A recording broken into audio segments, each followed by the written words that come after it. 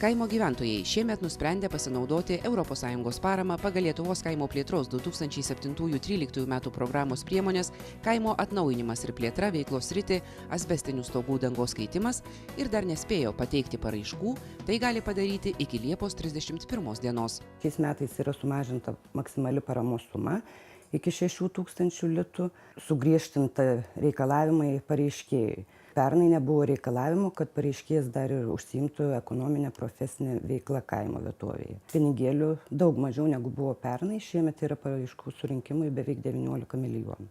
Tai atsižvelgiant į tai, kad tikrai patektų pas kaimo žmogų ir buvo padaryti sugriežtinimai. Lietuvos kaimo plėtros 2007-2013 metų programoje numatyta parama asbocementinio šiferio dangos keitimui mokama taikant išlaidų kompensavimo būdą. Paramos gavėjas projektą įgyvendina savo lėšomis, o vėliau patirtas ir apmokėtas išlaidas deklaruoja mokėjimo prašymuose, pagal kuriuos jam išmokama parama. Pareiškėjams projektų įgyvendinimui numatytas laikas 12 mėnesių nuo sprendimo skirti paramą priėmimo dienos. Per šį laiką reikia atlikti visus stogo keitimo darbus ir pateikti mokėjimo prašymą su išlaidas pagrindžiančiais ir apmokėjimą įrodančiais dokumentais. Kitas svarbus dalykas yra, kad čia jau kaip ir palengvinimas, šiemet yra numatyto daugiau tinkamų finansuoti išlaidų. Pernai buvo utilizavimo išlaidos nuvežimo iki atliekų šalinimo centrų ir sunaikinimo. Stogo dangos buvo tinkama finansuoti išlaida, bet nebuvo tinkamos finansuoti išlaidos visos tvirtinimo detalės. Tai šiemet yra atsiradus dar nauja pozicija, tai yra statybinės medžiagos reikalingos stogo dangai pakeisti. Ir be abejo pati stogo danga. Šiemet atsisakyta detalaus stogo dangos elementų, kurių įsigijimas pripažįstamas tinkamomis finansuoti išlaidomis sąrašo.